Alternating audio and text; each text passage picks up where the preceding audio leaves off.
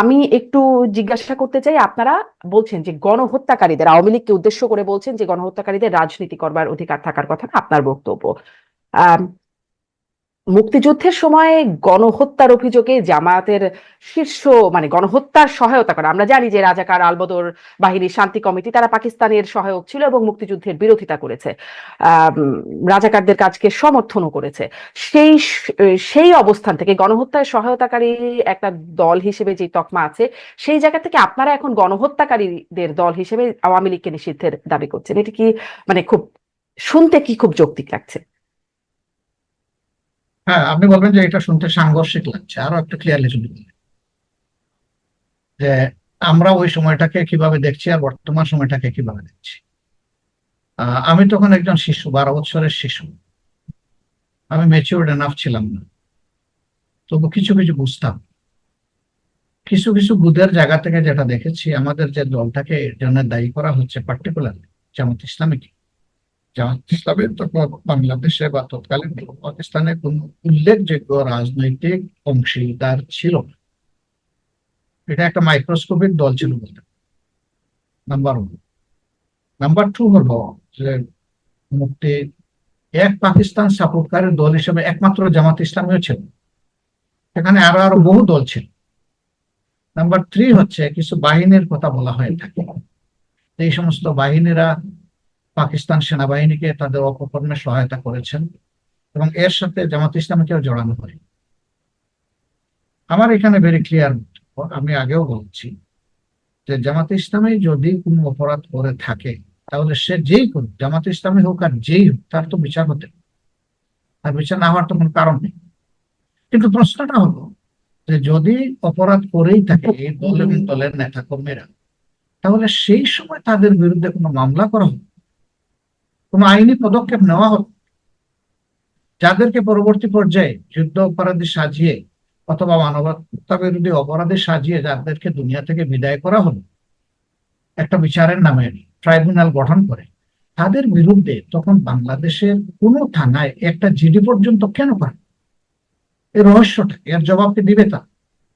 কারণ তখন তো জামাত ইসলামের শাসন ছিল না, তখন তো আওয়ামী লীগের শাসন ছিল। শেখ মুজিব সাহেব ছিলেন এই দেশের শাসক। তিনি তার দল, তার প্রশাসন মিলেই তো মামলাগুলা করেছিল। নাই কেন সে? যদি 42 বছর এইভাবে কিছুই না থাকে, তো 42 বছর পরে এগুলার জন্ম হলো কোন সূতিকাগারে? এগুলার জন্ম কেন হলো? জামাতের সাবেক আমির গোলাম আজমের নাগরিকত্ব বাতিল করা হয়েছিল, সেরকম কিছু ছিল। এই প্রশ্নটি আপনি করতেই পারেন যে তখনকার সময় সরকার কেন সেই মামলাগুলো করলো না, বা তখন কেন বিচার হলো না। হবে কেন? তার বিরুদ্ধে মামলা হবে, নাগরিকত্ব বাতিল হবে, বাতিল করার মতো অবস্থা যদি থাকে বাতিল হবে।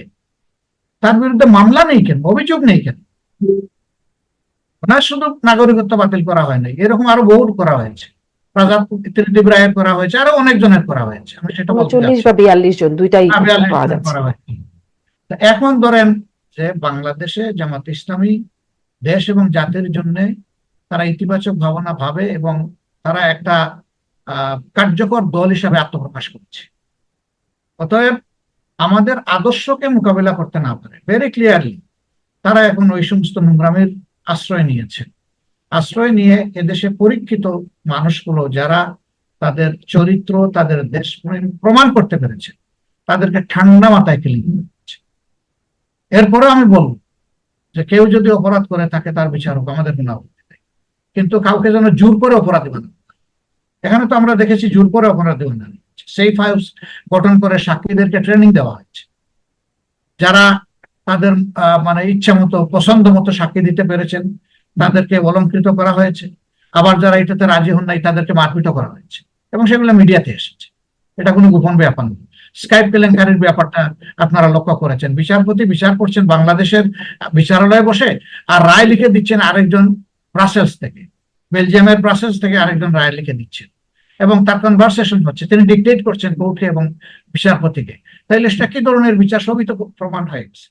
অমাবস্যা সেই রাতে বিচার আমি নিয়ে ডাক্তার শফিকুর রহমান, সেই বিচার নিয়ে প্রশ্ন আপনি তুলতেই পারেন, এবং এই ঘটনাগুলো আসলেই আমরা দেখেছি তখনকার মিডিয়ায়। আপনি মিডিয়ার কথা বলছেন, আপনি যদি 71 সালের মিডিয়া, তখন তো আর আসলে এত মিডিয়া ছিল না, কিন্তু দৈনিক সংগ্রাম, আজাদ, এই পত্রিকাগুলোতে গোলাম আজম, মতিউর রহমান নিজামী, তাদের যে বক্তব্য, আলী হাসান মোহাম্মদ মুজাহিদ, জামাতের শীর্ষ নেতাদের কথা বলছি, তাদের যে বক্তব্যগুলো আমরা এখনো আর্কাইভ আকারে পাই, তাতে তো আসলে খুব স্পষ্ট হয় যে আহ মানে পাকিস্তান শুধু পন্থী না, মুক্তিযুদ্ধ বিরোধিতাই না, তাদের রাজাকাররা যে কাজগুলোকে করছে বা গণহত্যা করছে, পাকিস্তান তাদেরকে পূর্ণ সমর্থন দিচ্ছে, জামায়াত ইসলামী। সেই বিষয়টা তো আসলে তৎকালীন মিডিয়া থেকে পরিষ্কার হয়ে যায়। আচ্ছা দেখেন, মিডিয়া যদি পরিষ্কার হয়ে থাকে, আমার এখানে প্রশ্ন, তাদের বিরুদ্ধে মামলা করলো না কেন? এখন যেটা অপরাধ, তখন কি এটা অপরাধ ছিল না? নিশ্চয়ই। এখন যদি অপরাধ হয়ে থাকে, তখনও তো এটা অপরাধ ছিল, তো মামলা কেন করলো না? এর জবাবটা তারা দেব, আমি দিব কেন? কিন্তু মামলা তো ডাক্তার শফিকুর রহমান তামাদি হয় না, এগুলো মানে ফৌজদারি মামলা হবে বা যুদ্ধাপরাধের মামলা, সেগুলো তো অবশ্যই পরে আসলে করাই যায়। অবশ্যই, কিন্তু ঘটনাটা সঠিক হতে হবে এবং ক্রেডিবল হতে হবে। সেখানে যদি তারা কোনো বক্তব্য রেখে থাকেন, সেই বক্তব্যের এগেনস্টে বিচার হোক।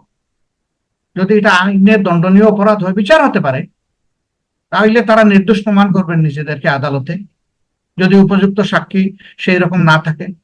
এই আদালত গুলাতে বিচার করতে গিয়ে বাংলাদেশের প্রচলিত সাক্ষ্য আইনটাও তো মানা হয়নি, সেটাও তো লঙ্ঘন করা হয়েছে। সবকিছু ছিল ইচ্ছাধীন, এবং শুধু তাই না, একটা বিভীষিকাময় অবস্থা সেই বিচারের সময় বাংলাদেশে তৈরি করা হয়েছিল। আপনি জানেন, আমাদেরকে ঘর থেকে বের হতে দেওয়া হয় নাই, আমাদেরকে কথা বলতে দেওয়া হয় নাই। বিপরীতে শাহবাগের ঘটনা আপনারা সবাই জানেন, সেখানে কি হয়েছে, দিনের পর দিন, মাসের পর মাস রাজধানীর বুকে এই ধরনের একটা ইম্পর্টেন্ট লোকেশনে তারা এত শক্তিশালী ছিল যে সরকারের চেয়েও শক্তিশালী, তাদের কোথায় পতাকা বাংলাদেশের উঠতো আর নামতো। এত শক্তি তারা কোথায় পেয়েছিল? এটা কি রাষ্ট্রদ্রোহিতা হয় না? তখন রাষ্ট্রের মর্যাদা কোথায় নিয়ে গিয়েছিল?